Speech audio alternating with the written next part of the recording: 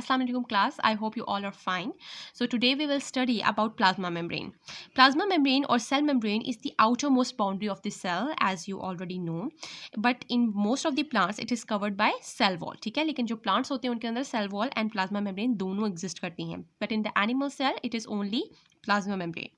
Cell membrane is chemically composed of the lipids and proteins. अब जो proteins की quantity है that is 60 to 80% and lipids are 20 to 40%. So in addition, there are minute quantities of carbohydrates as well.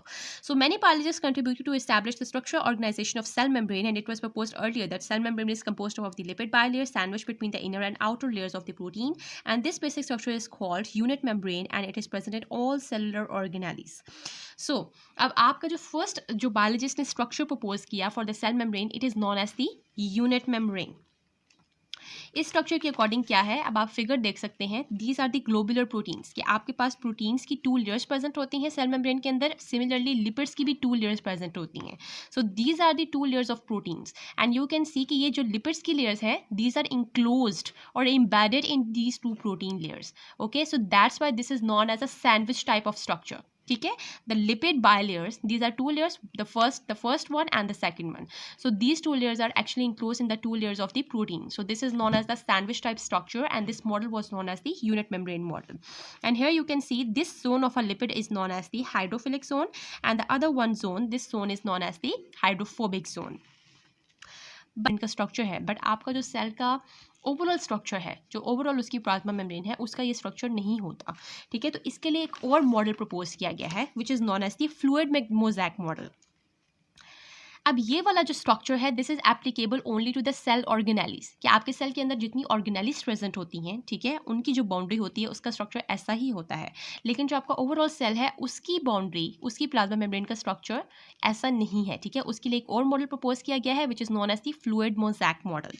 अब according to this model the protein layers are not continuous and are not confined in to the surface of the membrane but are embedded in lipid bilayers in mosaic manner. ठीक है, अब इसके अंदर क्या है, जो protein है उसका स्ट्रक्चर ऐसा सैंडविच टाइप नहीं है, मतलब प्रोटीन्स के अंदर आपकी जो लिपिड बायलेयर है वो इंक्लोज नहीं हुई हुई. रादर इसका स्ट्रक्चर कैसा है,